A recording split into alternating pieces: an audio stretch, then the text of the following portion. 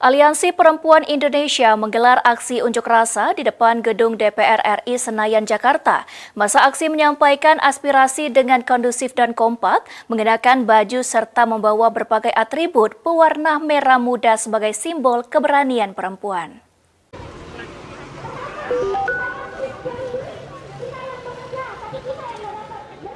Ya, pemirsa Antara, Aliansi Perempuan Indonesia menggelar aksi demonstrasi tepat di depan pintu gerbang DPR RI Senayan, Jakarta pada Rabu 3 September.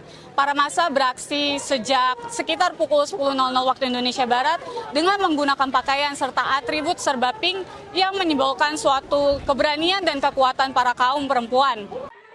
Para massa menyuarakan aspirasi-aspirasinya terkait tuntutan-tuntutan terhadap DPR RI dan juga pemerintah terkait, serta menyoroti peristiwa aksi demonstrasi yang terjadi pada sepekan terakhir ini. Dan penyampaian orasi agar tidak melakukan tindak kekerasan kepada masyarakat oleh para aparat negara juga turut disampaikan agar tidak terjadi kembali, dan orasi ini berjalan dengan damai dan kondusif. Aparat kepolisian pun juga terlihat ada yang menjaga di titik-titik area aksi ini. Dari Jakarta, Stianka Harfiana, Irfan Syah Nasution, Kantor Berita Antara mewartakan.